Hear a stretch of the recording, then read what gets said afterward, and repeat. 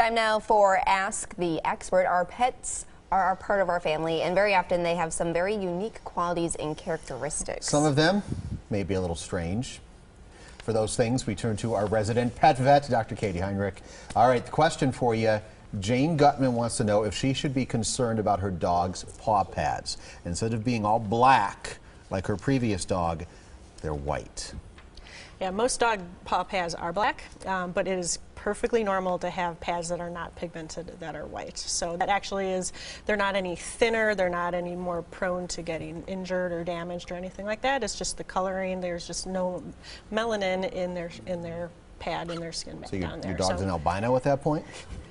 No, that's a totally different. It's a totally different story.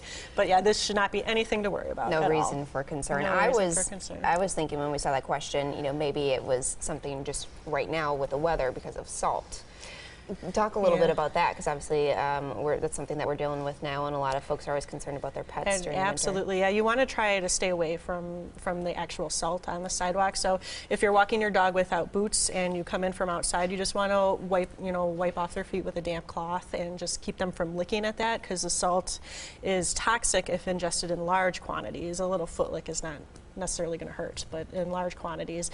And the salt is very caustic, and it actually can damage their pads, and it's uncomfortable to walk on as well. So either booties, if you're doing a lot of walking outside in the winter, will help. There's a really great product that's a wax that you can put on your dog's feet that is protective, and it also keeps those snowballs from forming in between their toes, which a lot of dogs that have longer hair, if you walk them outside, it's actually the snowballs in between their toes that bother them more than anything. So that wax is the same wax that they use for dogs that pull sleds. And so that's a nice thing to try too, and you can get that on the internet, you can get it at pet stores, and it's safe and they can lick it and it's no big deal. Cool. Excellent. Forget waxing your skis.